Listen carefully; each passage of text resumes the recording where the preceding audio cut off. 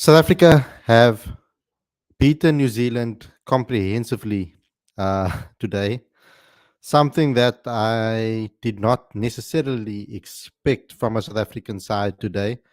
But the hope was there after we lost the toss and New Zealand opted to obviously bowl first, which was quite a shock, given South Africa's record batting first in general. But it was a dominating victory once again from South Africa. They go to the top of the table. But the next game is obviously going to be the most important. Is going to be an important one, playing the unbeaten India, and that's going to be a true test. Well, I thought that this would be a proper test for South Africa. I thought that we were going to be put under pressure and tested in this match, but ultimately we weren't. Particularly with when New Zealand went into bat, they, generally speaking, were looking quite good chasing, and they obviously backed themselves to chase in today's game, but obviously it didn't go to plan. So today we're going to talk about this particular game and what went right for the Proteas and what went wrong for New Zealand. But first and foremost, is a couple of things I'd like you guys to please do. First and foremost, subscribe to the channel, click that notification bell for all future videos. Don't forget to also subscribe to Cricket Fanatics Magazine monthly. Every issue is 100% free, straight to your inbox every single month. The link is on the screen as well as in the description. If you want to show your support for Cricket Fanatics Magazine and everything that we do here and want to see us continuously do these shows and do the work that we are doing, then please support us by becoming a patron today. The link is on the screen as well as in the description. We rely on your patronage to keep things going. Smash the like button, comment and share, and go to cricketfanaticsmag.com for all your regular updates.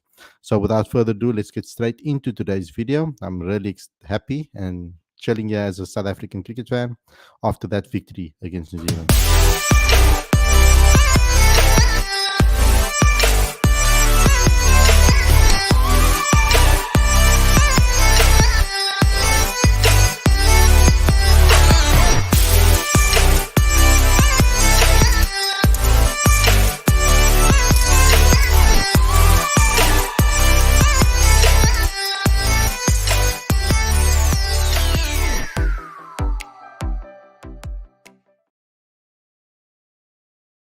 Good evening and welcome to Cricket Fanatics Magazine, and this is your review show. I'm your host Khalid Mohideen, and this is the show where we talk about all the major talking points in South African cricket, and the major talking point today is obviously South Africa's victory against New Zealand. It was a thumping victory from a South African point of view by 190 runs. South Africa completely dominated New Zealand in all facets of the game today. We were even clinical with the ball. Okay, we always seem to let people get away with themselves when they are batting against us, but we always get them down quite quickly with regards to knocking over some of the top order. And that was the case again today. The match started off with an interesting decision by the captain from New Zealand. Knowing South Africa's history in this tournament and the statistics about South Africa in this particular tournament, Captain Tom Latham put South Africa into bat first. And at first, we thought that, when the wicket of Bavuma went down, that they had it under control, because obviously we know how dangerous their bowlers can be, particularly Trent Boult. And he was the one to take the wicket that put South Africa down for 38 runs after 8.3 overs. The disappointing factor about this particular match was Temba Bavuma's performance today, because he really batted well for that 20 odd that he scored. And I thought personally, this is his day. The way he was striking the ball, the way he was finding the gaps, I thought that this was going to be his day to be able to get that first milestone under his belt as a batsman in this tournament, because we know that it has been interrupted with sickness, etc. So his momentum has been kind of spoilt. But he didn't have an opportunity to put on. Well, he did have many opportunities to put the runs on the board, and he hasn't yet done so. But we can't. We're going to have to praise the guys over here that did exceptionally well. Once again, Quinton de Kock. He became the first South African to hit to reach 500 runs in a World Cup campaign from a South African point of view. And that was an amazing achievement by Quinton de Kock, his fourth century of the tournament. He batted uh, like we've seen him throughout this tournament. He kept things tight. He was cautious at the beginning, got his eye in, and then he went. And we batted at quite a slow rate, I would say, in the first couple of. If you look at the 10 over marks, the run rates, we were literally going up by like one for the first couple, and then we shot up to 8, and then the last 10 was just phenomenal. So South Africa gradually increased the strike rate continuously throughout the match, and that is something that we've become really good at when we bat first. That last 10 overs, I think we scored 120 or 119 runs in that last 10 overs. That was again another amazing ability from the Proteas batsman, and execution from the Proteas batsman when it came, or batters, when it came to their approach to today's game. A lot of people were on Rassi's back for a little while because they were saying he was batting a little bit slow. But when Rassi's looking, he's seeing the ball quite well. I always know that at the back end he's going to score quite quickly, particularly in the last 15 overs. He tends to pick up his strike rate. I mean, he was batting at almost 70, 80 strike rate, and then in the end he ended up with 112 strike rate. So he batted the quickest out of all out of the top three. Obviously, Quinton de Kock 114 of 116, 10 fours and 3 sixes at the strike rate of 98.27. Batting deep, becoming that player that bats deep and bats long and tries to accelerate at the end. Rassie van der Dussen's innings today and the way he conducted himself in this match was fantastic. It's a second 100 for him in this tournament. 113 of 118 balls with 9 fours and 5 sixes at a strike rate of 112. A fantastic performance by Rassie van der Dussen today. Coming in when Temba lost his wicket and really consolidating, making sure that he rotates the strike regularly with Quinton de Kock, and they managed to put on a massive partnership. The pair put on over 200 runs as a pair, as a partnership. I think, yeah, it was a 200-run partnership.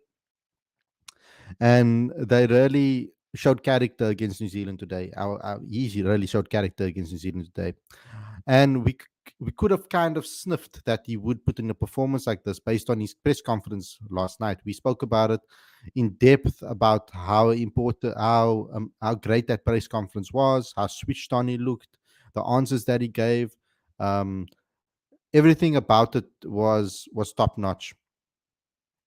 And then when we came to the last 10 overs, when Rassie van der Dussen lost his wicket, I mean, obviously before that already, we weren't sure if we were going to get to 300, past 300.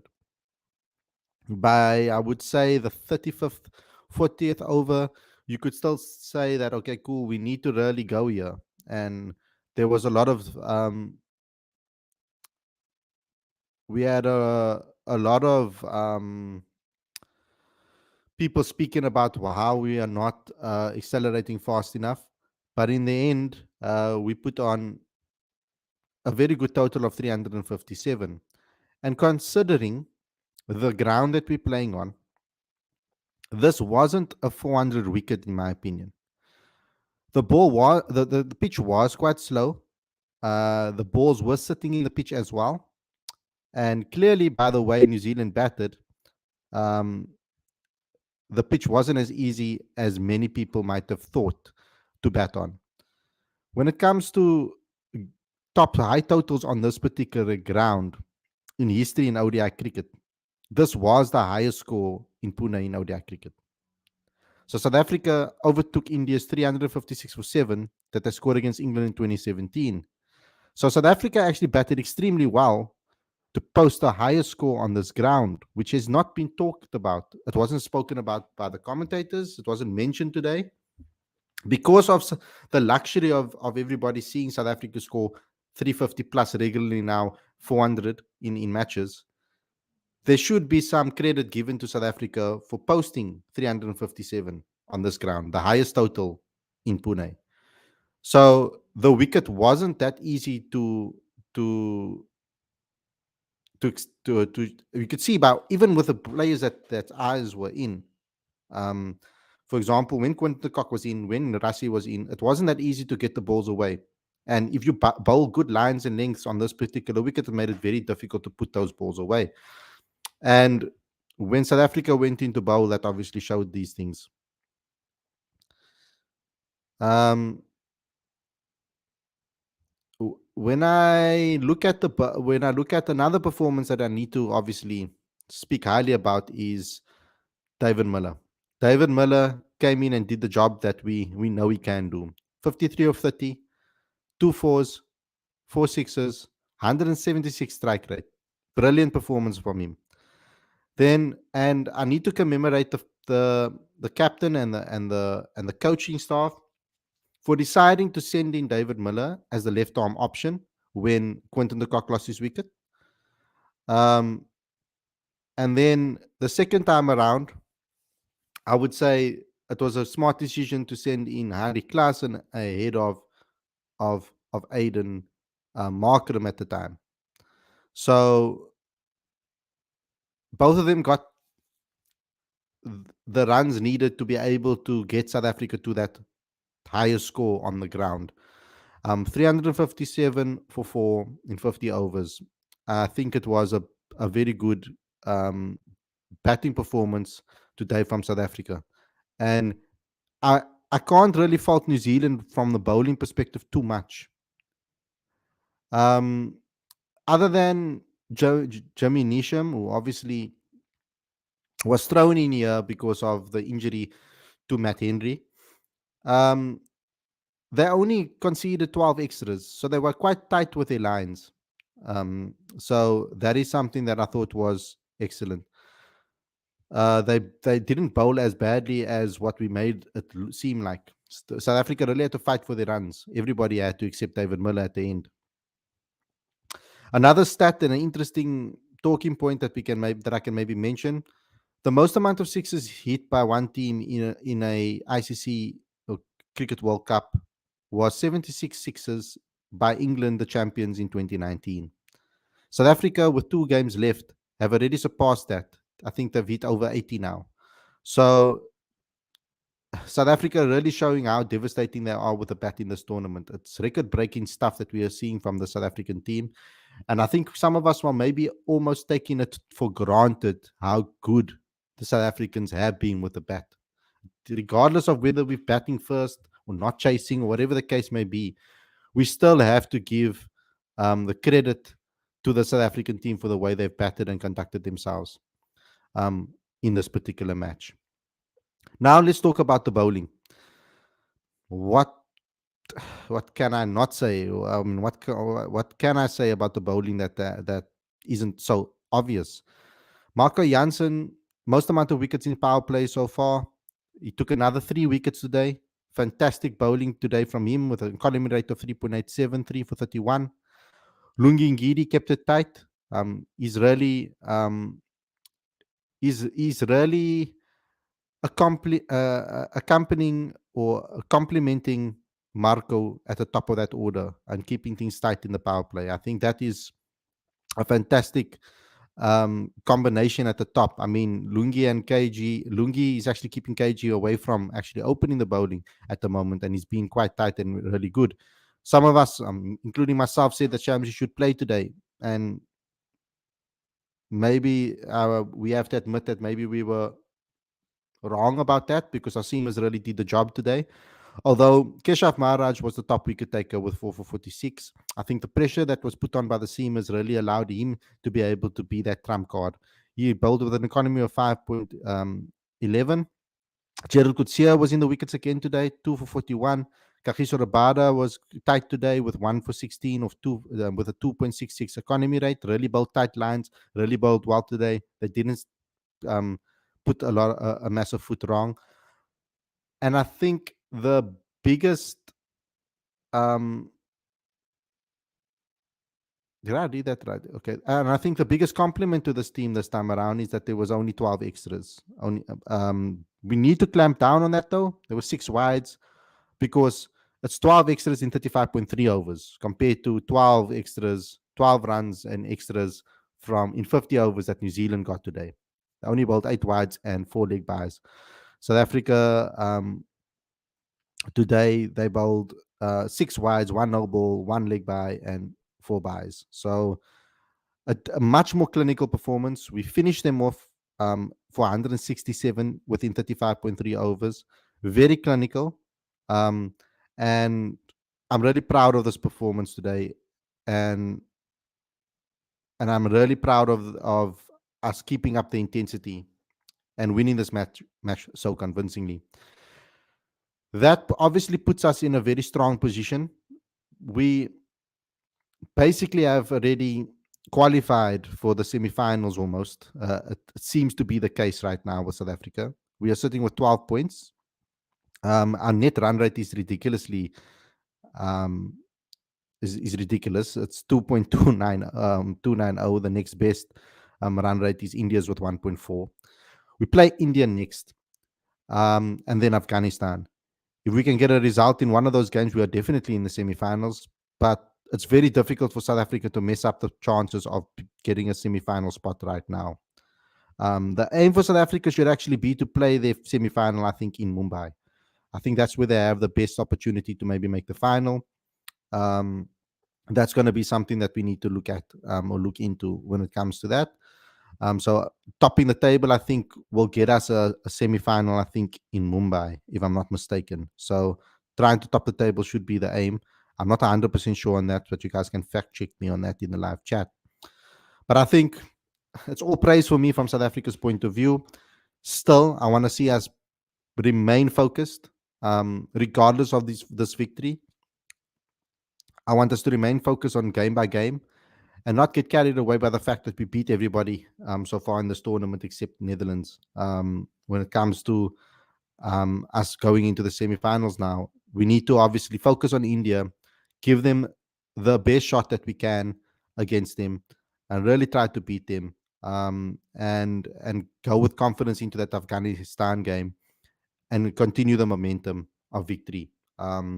That's something that I would love South Africa to do. Um, but I'm full of praise with regards to South Africa's performance today. I think it was this was the most complete performance, I think, in my opinion, from the South African team today. The most complete in the field, with a ball, with a bat. I think it was the most complete performance. We only really let one person score runs against us today, and he was the standing and smacking because he couldn't run between the wickets. So I think we must be very, very, very proud of the boys and the way they performed, because we only really saw Glenn Maxwell really threaten us with the bat. And this is no weak New Zealand side. I mean, the way New Zealand started this tournament, everybody was putting them as favorites to make the semi-finals, and to be one of the first teams to qualify. So this is not a weak New Zealand team. This is a strong New Zealand team. Yes, they are missing a couple of injuries like Kane Williamson. They missed Matt Henry today during the match. They also missed Ferguson as well, Lockie Ferguson. So yes, that is a factor that you should take into account. But they still had very, very good players in this team. A lot of Conway is a brilliant batter. I mean, Ravindra, everybody's talking about him. Ravindra is someone that everybody was talking about. Darryl Mitchell is a talented player. Tom Latham has been good in this tournament so far. So they're still a very good, decent unit. And the return of Tim Southee, who was their top wicket taker today, with 2 wickets, for 77 runs. It was quite an experienced, New Zealand side. So ultimately, I think the boys should be proud of it. They didn't allow it to slip. Cool. So let's get into the live chat and see what everybody has to say. Macmillan says Glenn Phillips isn't a lower order batsman. His innings at the end was a proper batsman. Innings, exactly. Team should not ask SA to bat first. Great win by the Proteas. Huge to break the hoodoo against New Zealand. The only time we've ever beat New Zealand in a World Cup was in 1999. I think that's the last time. So it's a massive, massive victory for this team. All good, only Bavuma. Yeah, Bavuma needs to come right now. They need to make a decision on what they're going to do with regards to him. His captaincy was good again today with in the field and field placings, bowling rotations, etc. But he really needs to come to the party with the bat. There's no excuse anymore um, from from his perspective. He needs to put on the runs now. As a captain, he needs to show that he can perform with the bat as well. Quinny becoming that player at the end of his career, laugh out loud. Yeah. Uh, RVD shown some character while New Zealand was bowling brilliantly by not throwing his wicket away. What bowling by Kesh. Lorenzo says today we had 120 dot balls, which is 20 overs. In my opinion, that's unacceptable in ODI cricket. Yes, we scored 357, but against a team like India, those 120 dot balls might come back to bite us. We might not get 120 dot balls against India um, because we're going to be playing them in very different conditions. Um, but I do understand what you are saying and what you mean. Um, but also, when I look at it, this pitch wasn't the easiest when it comes to getting that ball, getting the ball away. Um, but there's improvements there that can be made. Could clearly see the wicket wasn't so easy to accelerate on, and credit to New Zealand for their tight bowling. They did bowl really well today, I think. They kept their lines very tight, regardless of them going for 357. I thought they bowled quite well today, actually. They this kind of let it go at the end. It seems the rest of cricket teams didn't subscribe Cricket Fanatics magazine. I don't know what you mean by that, Pratik. Um, some of the commentary. Wicket was not easy. It was slow and slightly too paced. Indian team is by no means invincible or at the level of 2003 Aussies, says Arvind. Lorenzo says, and before you say the wicket wasn't easy to bat on, I'm not saying majority of those 120 balls should have been boundaries, but they should have rotated the strike way better, in my opinion. That is something that we need to improve, definitely, Lorenzo. And you are spot on about that. Um, but I don't think we can be overly critical about scoring the highest score in Pune ever in the history of ODIs. Are you being totally over reactionary here? New Zealand bowled incredibly tight. Russia and Quintercock could have accelerated more after 30 overs, and maybe SA could have got more. Through to the semi, says Dex. Woo. Oh, woohoo. Credit to New Zealand for bowling really good line and lengths. Marco the GOAT, says Dex. Not overreacting, mate, just stating that we can't have 20 overs of dot balls. That's something we should improve on for the match against India with their quality spinners. I think against the spinners, we actually rotate the strike quite well. It's against those tight lines that seamers bowl where we struggle to rotate the strike. So we need to obviously improve the way we do that. And you're right. It is something that we need to. It is an area that we need to look at and improve. Um, but we've still found ways to score massive scores regardless. Lungi and Marco are like Polly and Donald, or like Morkel and Stein, says Macmillan. So that's hardly a ridiculous point, says Lorenzo. Another thumping victory uh, for SA. We batted New Zealand out completely out of the game by posting 357. The wicket wasn't as easy as some might think, but I do think we can improve on our strike rotation. 120 dots. Hope SA chased versus India, Afghanistan. Maybe in Eden Gardens, Indian spinners can keep the SA batters in check. But in Wankhede or Ahmedabad, Klaasen will get the better of Kuldeep and Jadeja. Chatil says SA have hit 82 sixes in the tournament so far, highest by a team ever in a World Cup, going past England 76 in 2019. Yes, I said that a little bit earlier, stating that stat. It was a very interesting stat that I thought should be mentioned. Yeah, batsmen don't have experience in Eden Gardens. One says we need to speak about Rassi. The amount of trash people are talking on his name was utterly disgusting. Today, he just once again showed how important he is to the lineup. He's the glue. He's such an important player because when we lose an early wicket, Rassi's job is to do exactly what he did today. Okay, yes, there were certain stages of the match where we were getting a little bit shaky, but I've never been worried with Rassi playing that way because he always kicks on at the end. He might have a slowish strike rate, under 100 strike rate until he gets his 100. But almost always after he gets his 100, he will go on to score extra 20 or 30 runs that really pushes South Africa forward quickly. It's the problem comes in when he bats this slow and then goes out before he reaches his 100 and before he can actually accelerate. Because then it can get a bit, it can be a little bit detrimental to the side sometimes. But he deserves 100% deserves the respect because I mean he's performed excellently in this World Cup so far. He keeps the innings together and he allows someone like Quinton de Kock to be a little bit more calm and free flowing. Even though Quinton de Kock scored slower than Rassie van der Dussen by the end of both of their wickets. Lorenzo, look at our net run rate. So clearly the wicket today and New Zealand bowling is a reason today of the dot balls. It's not like we've done it in every game. So give New Zealand credit. As long as Netherlands don't qualify for semis, SA should be fine. um, Glenn Maxwell, yeah, I heard that he fell off a golf cart and he's injured or something.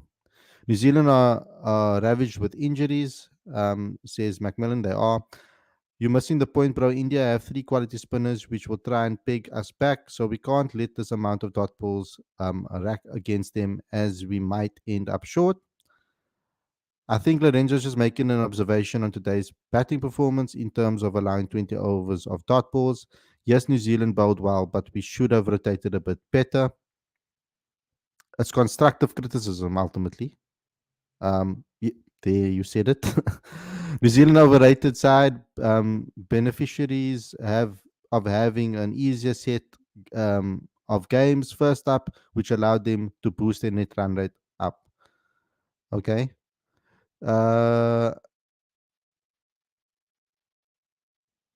Khalid, do you see any turnaround by some teams, considering that in the Rugby World Cup we saw it? Well, Australia's already making a comeback. And I think Pakistan is still in it.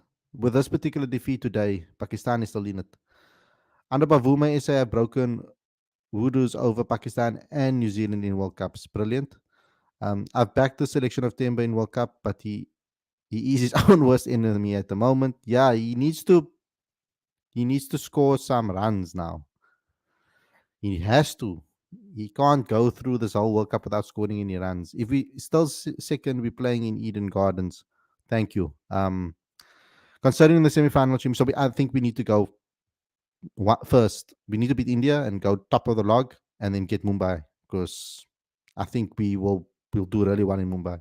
Considering the semi-final achievement, we can rest some players. We've also played there twice already and been really good there in both games.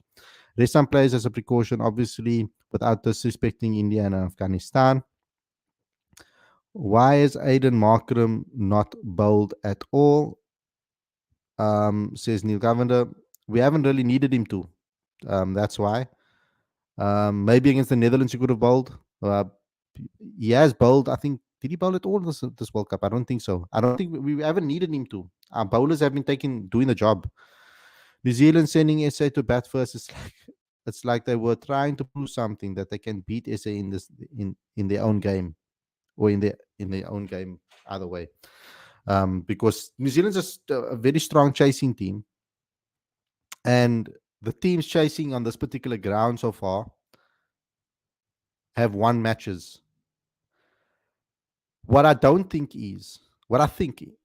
happened is, I think that New Zealand thought that they can restrict South Africa to 240, 250 and then chase it.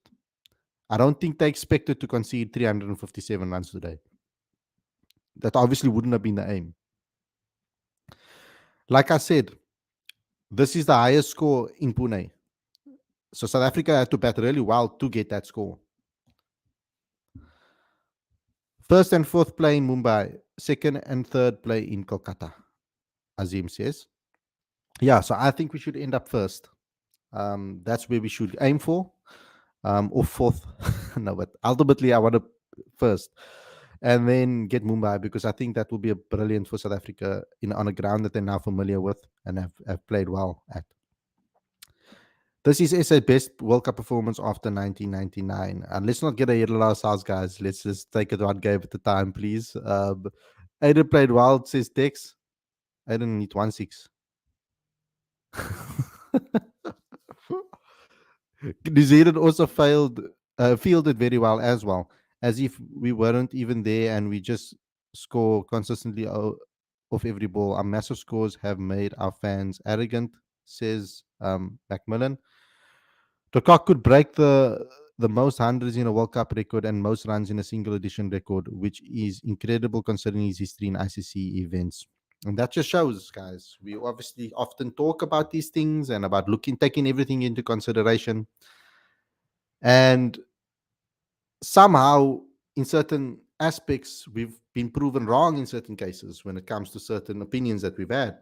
It shows it shows us that if a player can puts their mind to it and they're playing for something meaningful and they're playing with a fire and a desire, they can do wonders. And Quinny, knowing this is his last tournament, knowing that this is his last last few ODIs of his career, has shown a desire and fire that he really badly wants to end his ODI career with a trophy. So he's come to the party, and we can't fault him. We can't fault him. Let's hope that it can continue into the semis and the final, because when Quinny scores runs, South Africa hardly ever lose. Thanks a lot for the super chat, Neil.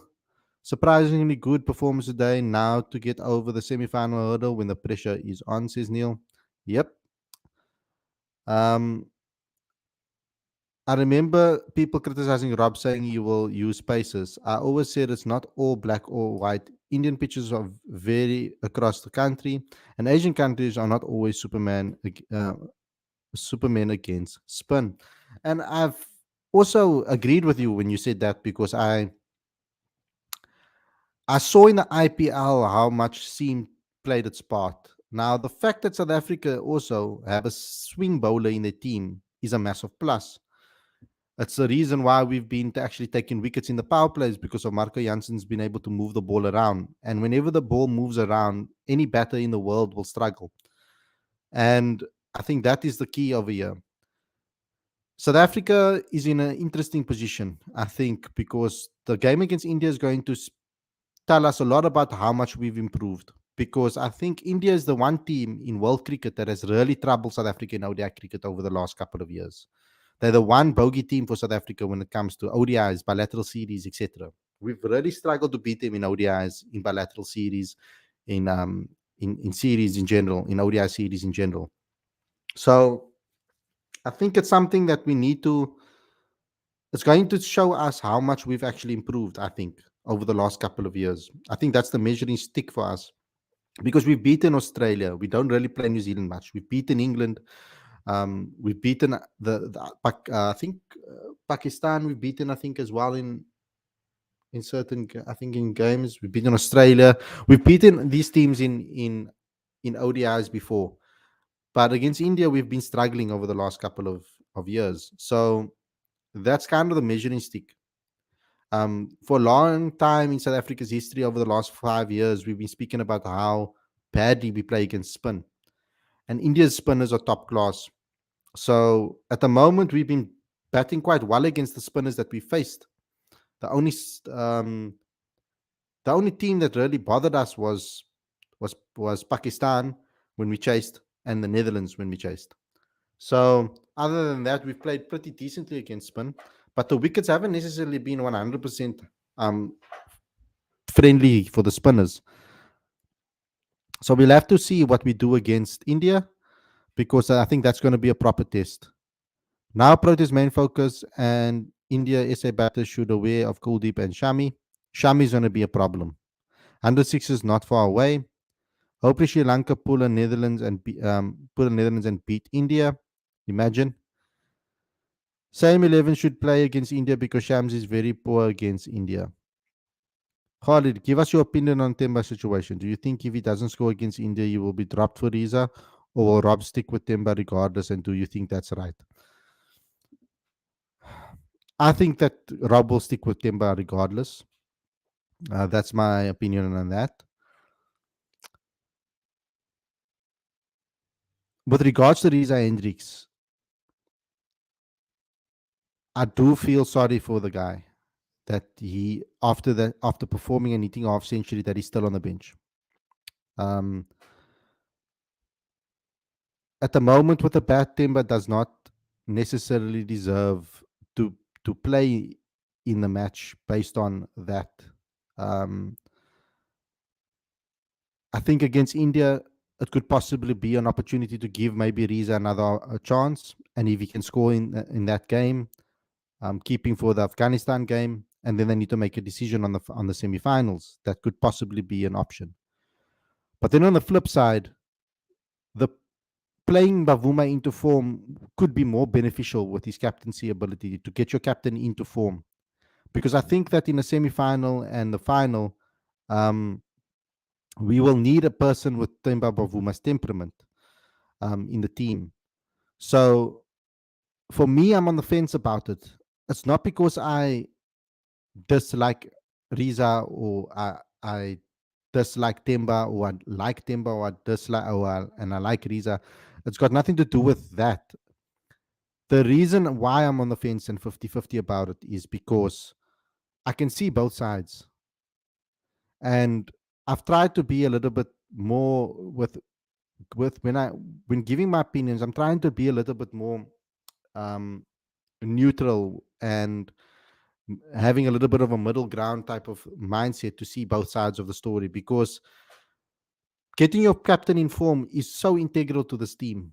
If we can get Temba on form going into the semi-final, it will be so important for the side. And then I also feel for Riza Hendricks, someone that I have a very good relationship with, and I know how much work he's put in to prepare for this World Cup. And for me to see Riza sitting on the bench, it is hurtful. Um, and I do think that he scored he scored runs and deserved another opportunity. And then he didn't perform in the second game, and Temba came back into the team. And Temba's now looked good and went out. So in more than one game now. So there is a concern for me. Um, but I'm not overly going to be ecstatic about either or if they pick whoever they pick. I mean, I can understand both sides from Rob's perspective of wanting his captain to perform.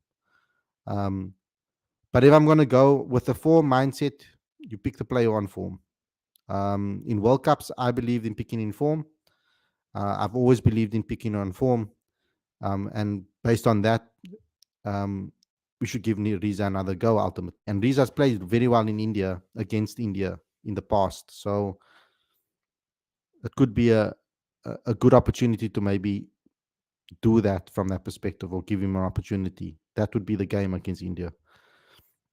Why the hell Aiden Markram was not sent at number 4 is not here. The man is informed his life. The reason politics to runs of Markram by not giving him a chance to bat. Okay, he was angry at last after hitting at 6, if you notice deeply. No, Aditya.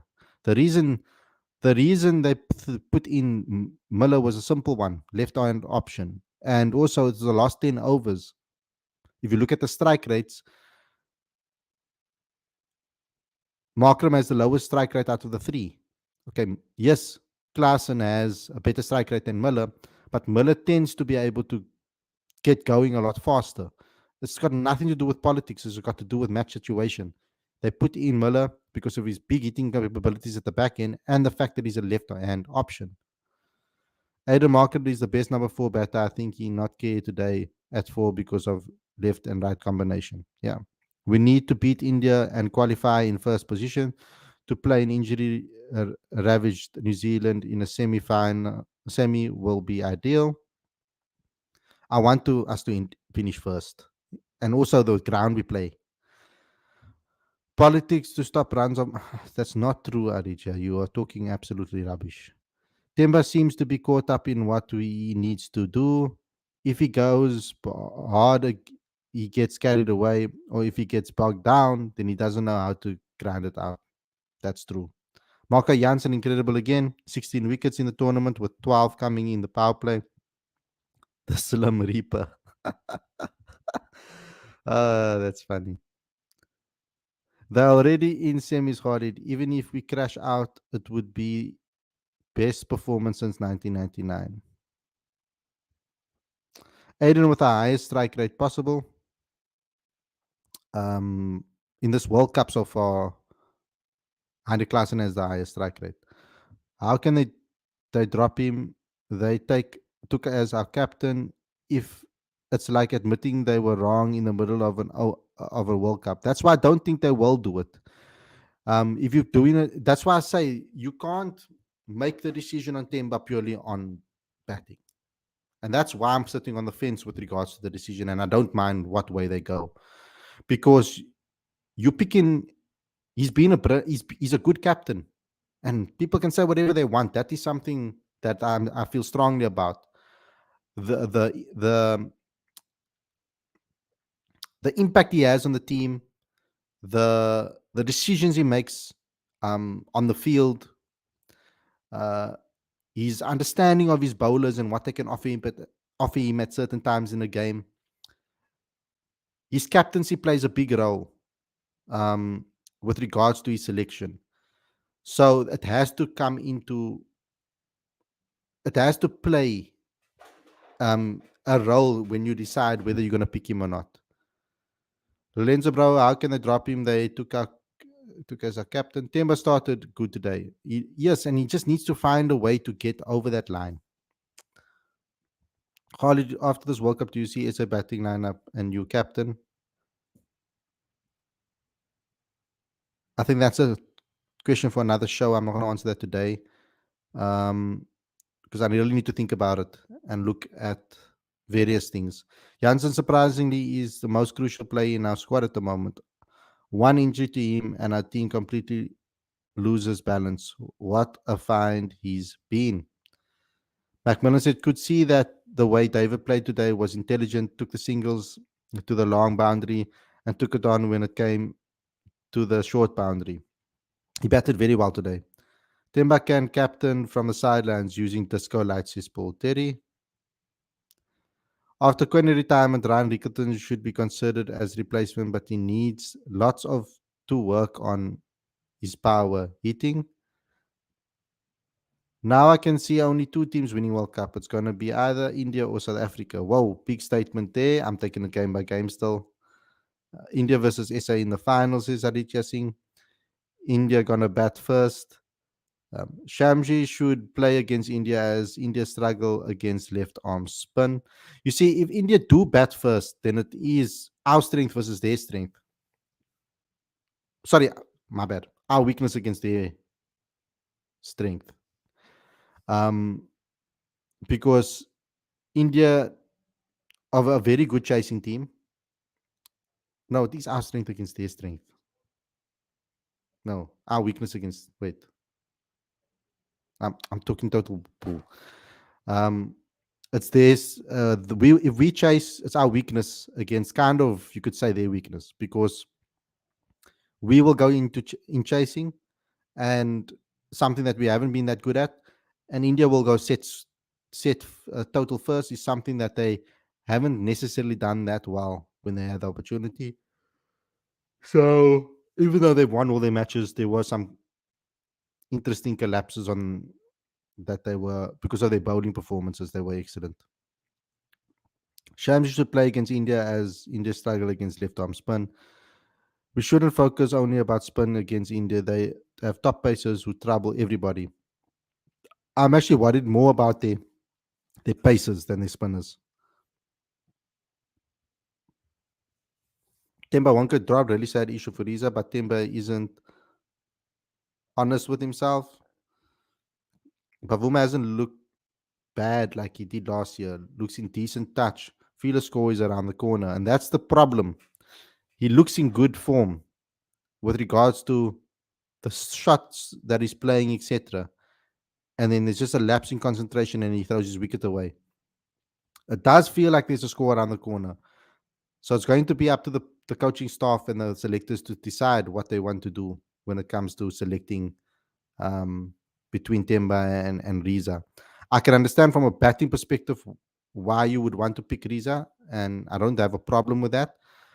But I also understand why people want to keep Temba in the team because of his captaincy, his average, and that he's looked in good touch so far. He's just waiting for a big opportunity, a big score to come around the corner. So I can understand both sides, and I'm not really phased about either or. I'm going to say something controversial. I would play Van der Dussen as 2 and Riza as 3 with Timber out. But that would never happen, says Ahmed. Um, we should make, oops, we should make over 300 if we want to win both India and in the semifinals. Even if Riza scored big in his second game, he still wouldn't have carried on once Timber was fit again. Tsepo says, why are people still hurt? Why are we still hurt by people sitting on the bench? Did we not watch the Springboks win with a bomb squad? Riza is doing what he needs to do in his role. He knows what he needs to do. Ahmed says, Markram will come handy in other matches. Guys, cool down. No politics here. There is no politics. Neil Govender says, I think we win the toss in the last 2 games. We should field first as preparation for semis. I don't want us to bat first and win and fail in the semis chasing. Yeah, we need to pick a game that we need to chase in.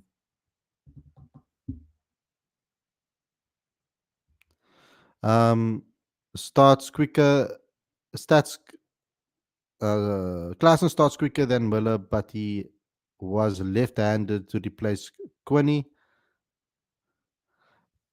But the best thing for us Proteas supporters is to support our captain. He is there, so let's support him. Wash hands. The credit must also go to Rob. Even when we play our test cricket, we still find reasons to complain. We just like being salty.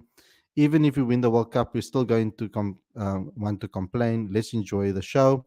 And I think that is the biggest thing. We must just support this team through and through. Whatever the team they select, we should support them and stay behind them. That's why we can discuss things, and there's nothing wrong with discussing options and being critical of certain things or being constructive in our criticism. That's what we want to be able to have conversations about this. That's what we actually want to do. I don't think that we as fans want to be able to have conversations about these games. I mean, we don't want to just be quiet and just sit there and watch and not say anything. I mean, it's fun to talk about it. It's interesting to talk about it. We all learn from it by having these conversations. Bavuma played some lovely shots today. I think he is due to get 50 and more soon. Can he not captain as a sub, or is that not in the spirit of the game? Devalt is the replacement Quinton. I don't know. Temba knows how to beat big teams with his captaincy. He's a clever captain. Despite of his batting performance, he contributes in winning games. He also a test captain for a reason. Yep. Mohammed, I mean, if the final rains out and reserve day, does higher position in the group come into play?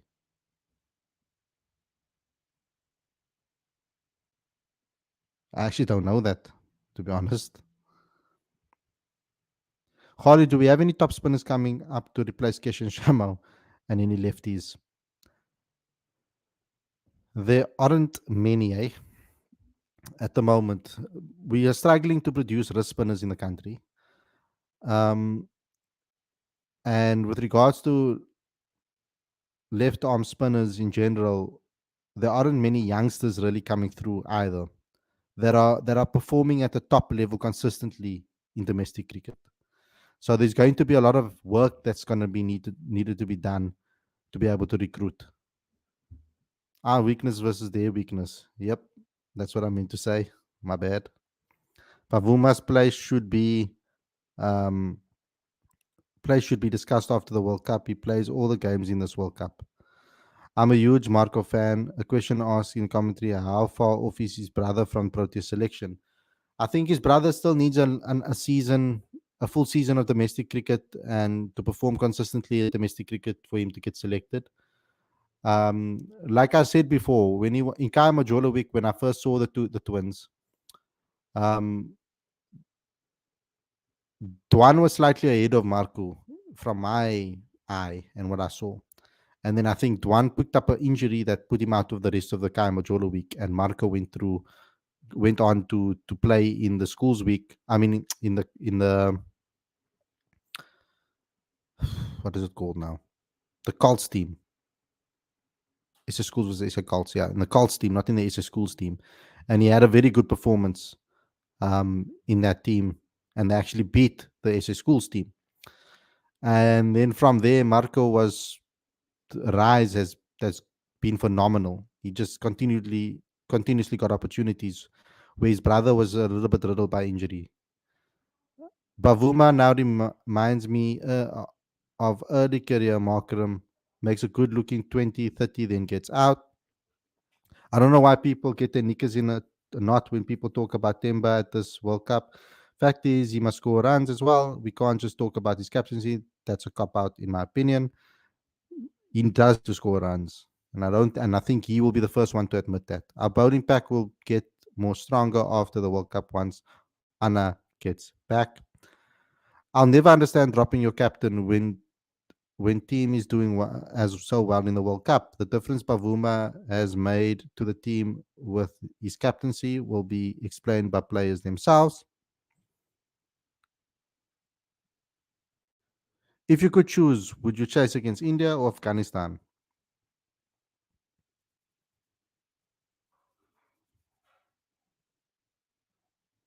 I would try to beat India and chase against Afghanistan. Um,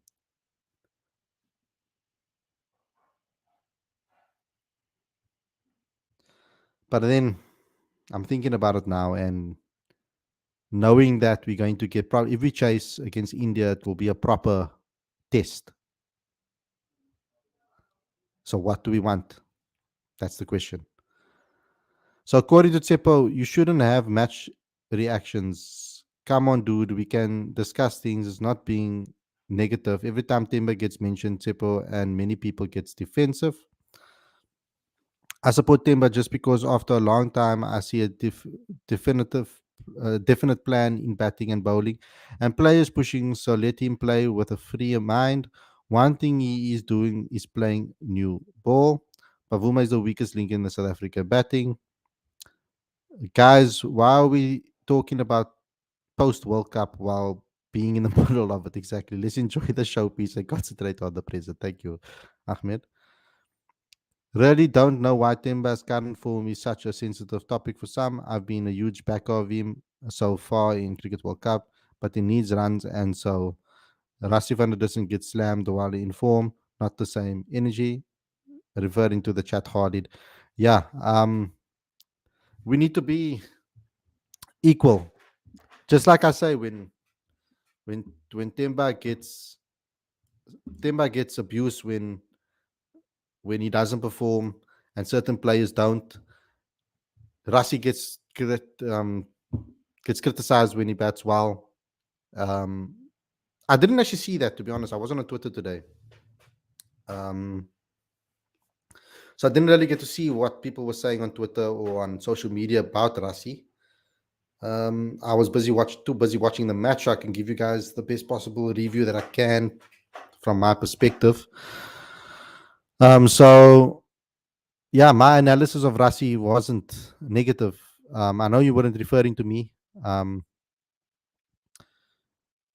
Yeah, Gerald Coetzee is such a revelation. His aggression and wicket-taking deliveries, even though he may get clapped a bit, is fantastic. Love the lad. He and KG are top first and second change. Brilliant. Believe me or not, Bavuma needs to be replaced, says Billy. Afghanistan. Siswakas. Huge game for Bavuma on Sunday. Otherwise, we would be on a dilemma to select Tema and Semi. Now South Africa need to chase every game left. That will make boys confident before the semis. If we win the toss, then we're in control of that. Um, if other teams put us into bat first, like India might do that, um, because they probably back themselves. Teams back themselves to bowl us out, regardless of our record. Um, so yeah, Khalid, will you play Shamsi on Sunday? Mm, I'll have to see the wicket. I'll have to see what the pitch report is about the wicket. India is not as good as against spin as people think. Like their batters do get dismissed by spin as well. We're such a toxic fan base. We have destroyed teams, and yet we are having a go at our skipper Bavuma. Lungi to miss out if Shamo comes in for India, most probably. Temba brought some positivity in the dressing room. He changed the whole environment, as we can see in this World Cup. That's why I said when making the decision on Temba, it's not just on his batting alone. If you had to pick on his batting alone and he was just a batter in the team, then sure, I can see the reason why people want to bring Riza in. Riza's more informed. Can you really say he's in form after 2 games? Because in ODI cricket, his average isn't that great. Perhaps, maybe not really. If he hit 2 consecutive half centuries or a good 30 or 40 and then a 50, then we could possibly say maybe he's in form. One bad performance, one good performance. So based purely on the batting, I can see the reason why. But with regards to Temba Bavuma and the way he's kept his team switched on, and believing in themselves, I think he needs credit for that. Shamji would be the most dangerous in India game. India bowling attack is better than their batting if you compare the two. Temba bringing positivity is a flawed argument. You lead your team by example. He's not doing that. Okay. Yet again, people missing the point on Bavuma. Yes, he's a great leader, but he still must score runs. You can't just go through a World Cup without scoring runs. I mean, that's hardly ridiculous thinking, guys. I agree, and I think he must.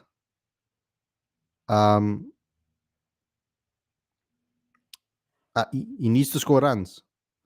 I mean, there's no other way to put it, and I don't deny that. But he looks like he's on the verge of doing it, of getting over that milestone, because he is hitting the ball quite well. He's timing it nicely. There's just sometimes shot selection or decisions that he's making that is a little bit crappy. Afghanistan can be a doozy side like the Dutch. Yep. I'm not a fan of Temba, but Khalid by Temba will score 100 in the final when it matters. That's very possible. I've seen him do it in domestic cricket, but this is international cricket. Let's see if we can maintain that type of level. Nobody's saying Bavuma doesn't need to score runs, though. Giri has been underperforming from quite a while. Khalid, when do you think they will rest Janssen? He's had a good tournament, but he is not a machine. He does need to be rested.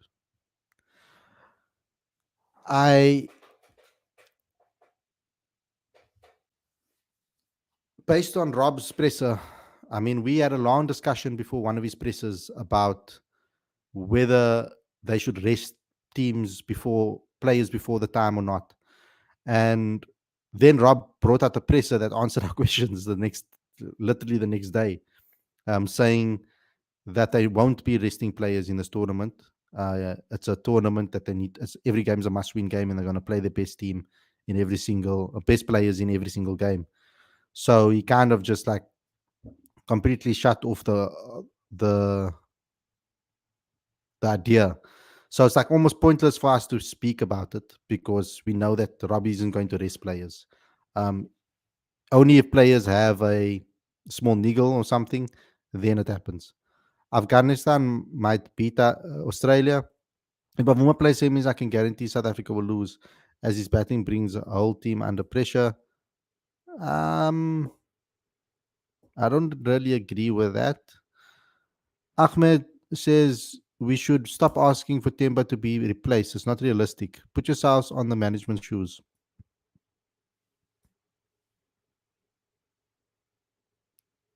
Khalid, if anyone perform like Pavuma, that will be dropped or no, or for captaincy.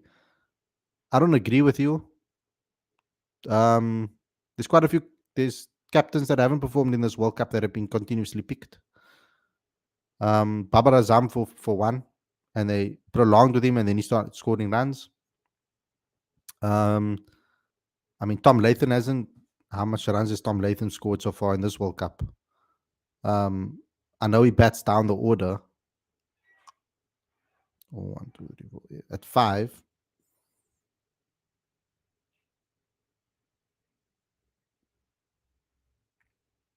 But at least he scored a score. Bavuma just needs that score to get people off his back. Um,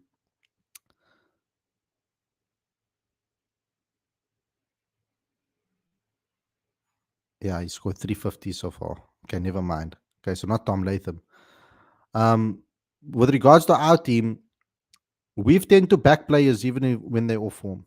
So that has happened. We've tended to back players even when they were off form.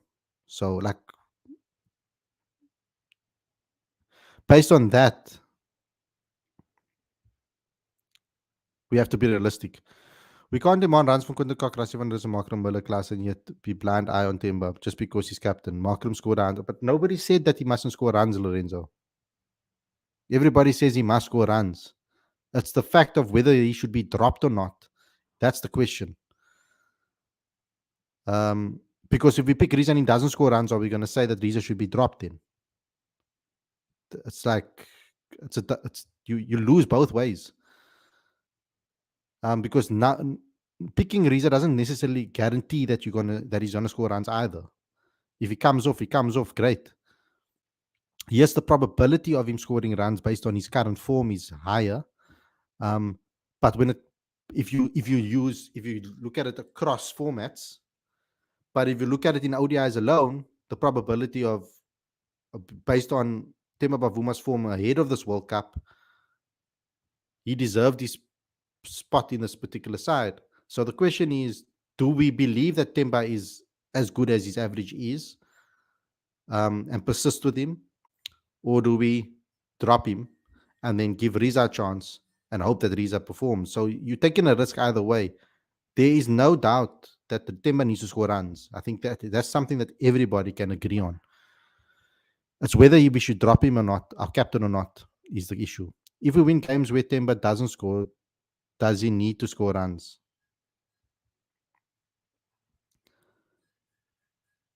I see Muller. I see Muller being called out of form before today's game, but he did play well against Bangladesh and Sri Lanka. He just didn't get enough balls. Says Amit. I don't think he was out of. Yeah, he's out of form, yeah, but he batted well today. It's a difficult position for David Muller, where he is, where he bats. Very well played, Rassi Quinton David. Now only underperforming players are Lungasani and Gidi. Huh? He's not looking consistent, and Captain Bavuma still not scored single 50 in the World Cup yet. Yeah, he needs to. But Gidi's been good. So I don't know what you're talking about. Temana looking bad, should follow Arvidi's approach. Arvidi's shown some character. And I think that's something that's happening. I think that Quentin de Kock has slightly put, not completely, Quentin's been brilliant, but slightly put pressure on Temba to score faster in the power play. Because Quentin hasn't batted as quickly as he normally does. And then in Temba tries to go, bats unselfishly actually, tries to go after it unnaturally, and then he ends up losing his wicket. Aiden, the true heir of AB, Callis, Amla, Quinton. Can't players just be their own players? Why do we have to always compare them to the past? We still change anyway after the World Cup for young players. Bavuma scores 10, 15 runs with his captaincy. To be honest, he does need to score with a bat. He does need to score with a bat. Dex says team needs Bavuma, can't drop him. Um, Chepo says, I'd argue Temba's main priority is to get the team to win. Captaincy is more important than form. Protea Fire says, Bavuma is like Morgan for England. Very astute mind. We need him for captaincy. Marco can be rested in another way. Don't give him the second spell when opposition loses 5, 6 wickets at small score while chasing big like today. That will give him rest. Very smart way of thinking about it. Um, Captaincy will be gone after this World Cup. There is ongoing discussion in the Pakistan Cricket Board regarding Baba Azam's captainship. How many wickets has Cummins taken so far this World Cup? Has he performed? Who is replacing Janssen? The possibilities are Peklikwayo and Lazard Williams and Tabrei Shamsi.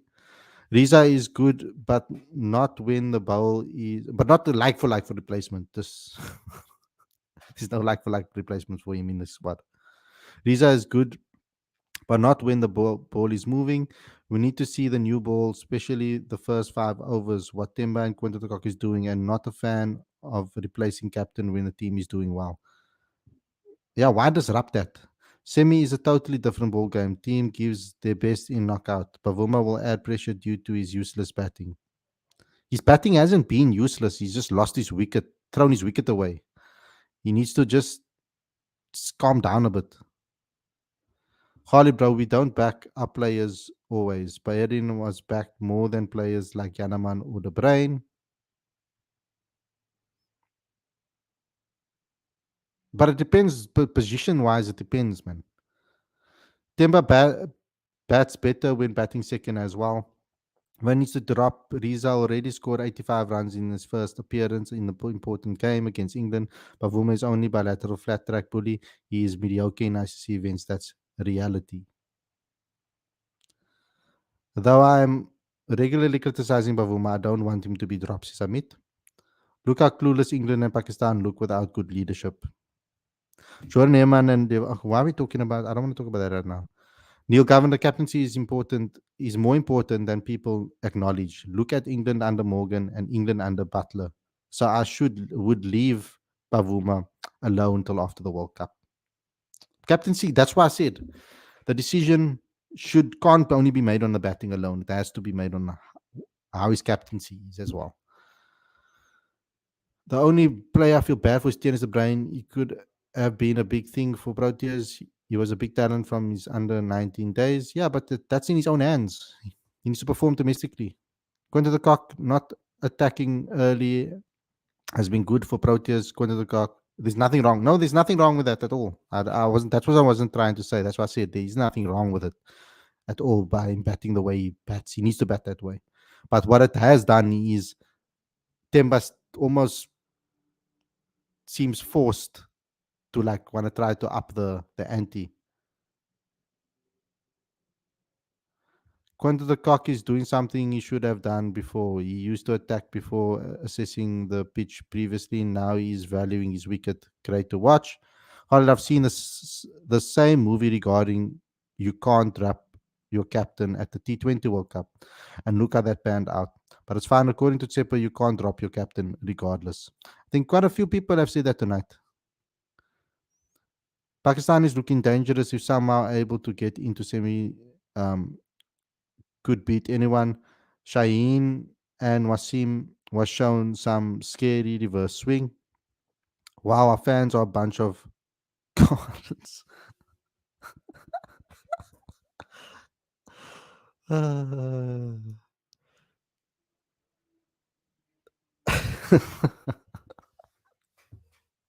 Khalid, where are those people who hated Kwani before this World Cup?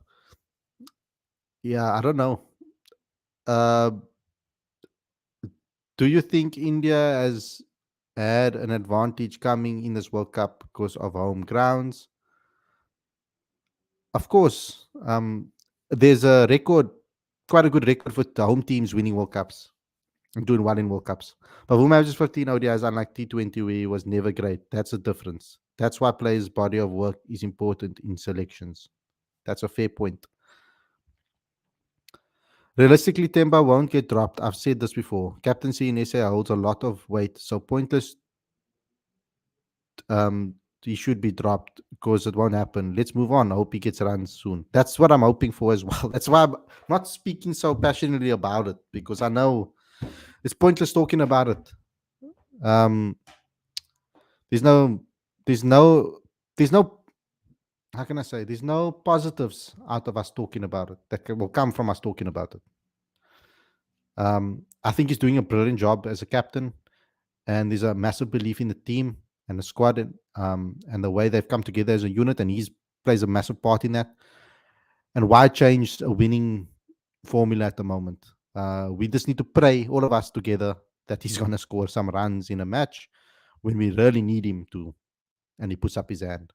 Because we only need him to do that once or twice, once or twice to really make a massive difference in this particular World Cup. Because the rest of the team has been batting well. When those guys don't, we need Temba to step up. Really, really, really need him to, and we hope that he does. Cricket's a funny game. How much runs you score don't depend alone on your skills, but also on batting lineup around you. Bavuma adds pressure to other batters around him. In knockout, it is fatal.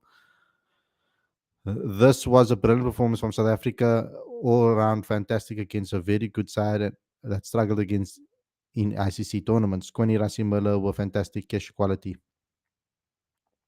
Markram also captained us well in this World Cup and scored 190 to take us to victory.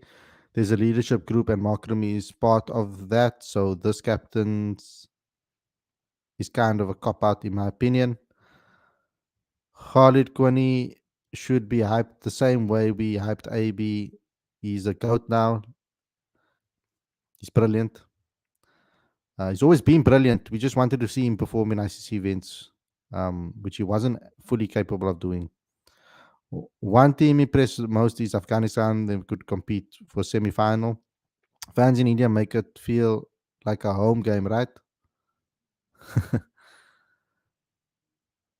Who do you fear the most to play semi against? India. We've beaten everybody else, so India. Can't wait. And Australia. Well, man, you always have to be scared of Australia because they always flip and find a way to win in knockout games. Can't wait for India versus South Africa match, the chasers versus the setters. Timber should focus a bit more on rotating strike, nothing else. Could see some less footwork because of form. Timber should take inspiration from today's Rassi van der innings to define himself. What happens if Timber gets dropped and Riza also fails? What then? Karen's going to soil their Aggies. Temba has been one of our top batters in the past year in ODI format. We need to get behind him. Riza will get his chance.